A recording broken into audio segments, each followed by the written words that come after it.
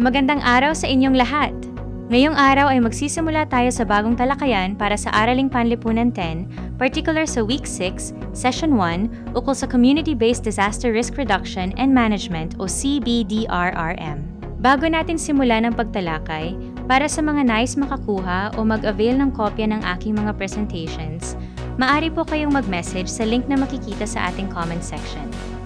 Upang maging malinaw ang ating direksyon, magbalik-aral muna tayo sa mga nakaraang approach na ating pinag-aralan. Subukan nating alalahanin ang pagkakaiba ng top-down approach, bottom-up approach, at mixed approach. Saan nga ba nagmumula ang desisyon sa bawat isa? Sino ang mga nakikilahok dito? At kailan nga ba natin kailangan ng kombinasyon ng mga ito upang maging epektibo ang ating pagtugon sa mga sakuna?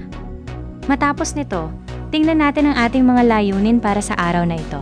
Inaasahan na sa pagtatapos ng sesyong ito, maipaliliwanag natin ang kahulugan ng CBDRRM, matutukoy ang mga konsepto ng hazard, exposure, vulnerability, capacity, at risk.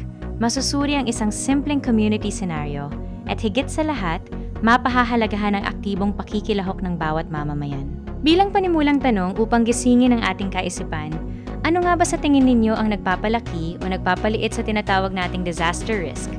Paano kaya nag-uugnay-ugnay ang mga elementong tulad ng hazard o panganib, ang exposure o ang mga nalalagay sa kompromiso, ang vulnerability o ang ating kahinaan, at ang capacity o ang ating kakayahan upang harapin ang mga ito? Dito na natin bibigyang definisyon ang CBDRRM.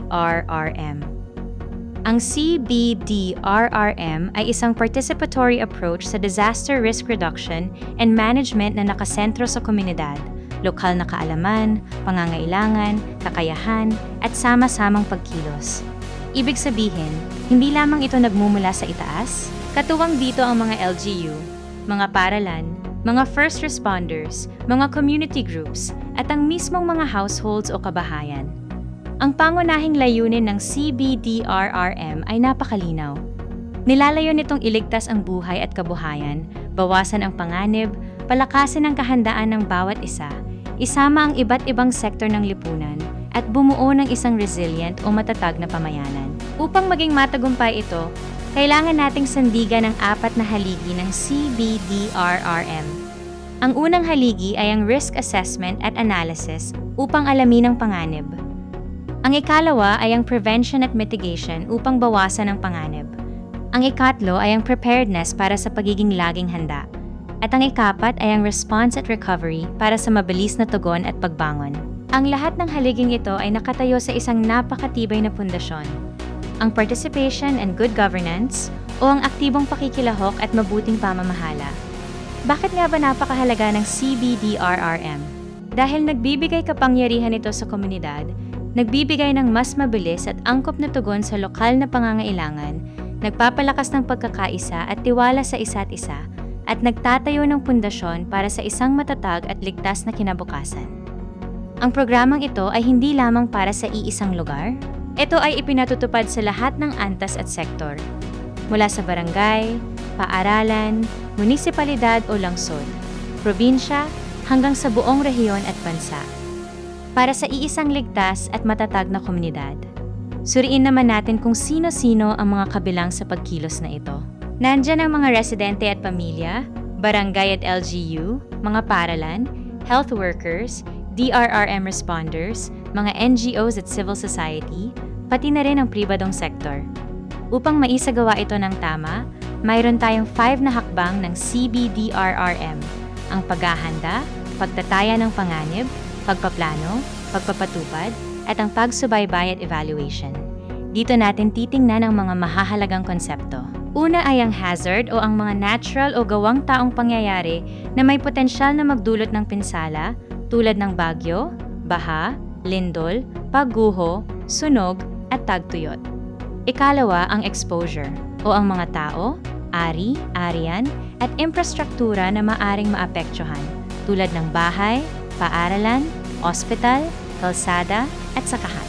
Ikatlo ang vulnerability o ang mga kondisyon na nagpapatas ng posibilidad na masaktan gaya ng mahinang bahay, kakulangan sa kaalaman, kahirapan, o kulang na serbisyo. At ikapat ang capacity o ang lakas at kakayahan ng komunidad na maiwasan at makabangon, tulad ng pagiging handa, matalas na kaalaman, maayos na kagamitan, at matibay na ugnayan. Ang lahat ng ito ay nagpapasya sa antas ng risk gamit ang formula na ang risk ay katumbas ng hazard multiplied by exposure multiplied by vulnerability divided by capacity. Tandaan na mas mataas ang risk kapag malakas ang hazard, maraming exposed, maraming binal, at mahina ang capacity ng komunidad.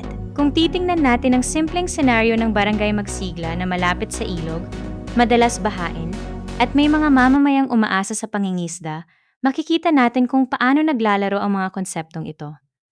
Ano nga ba ang kanilang hazard, exposure, vulnerability, at anong capacity ang maari nilang gamitin upang mapababa ang kanilang risk? Sa konteksto ng ating bansa, ang Pilipinas ay madalas tamaan ng mga bagyo at baha at lubos na naapektuhan ng climate change. Maraming komunidad ang nananatiling vulnerabling harapin ito, kaya naman napakahalaga ng aktibong pakikilahok ng mamamayan. Ang bawat komunidad ay may mahahalagang papel na ginagampanan sa pagbabawas ng panganib. Lagi nating ay sa isip na sa pagkakaisa at paghahanda, mas ligtas at mas matatag ang ating komunidad.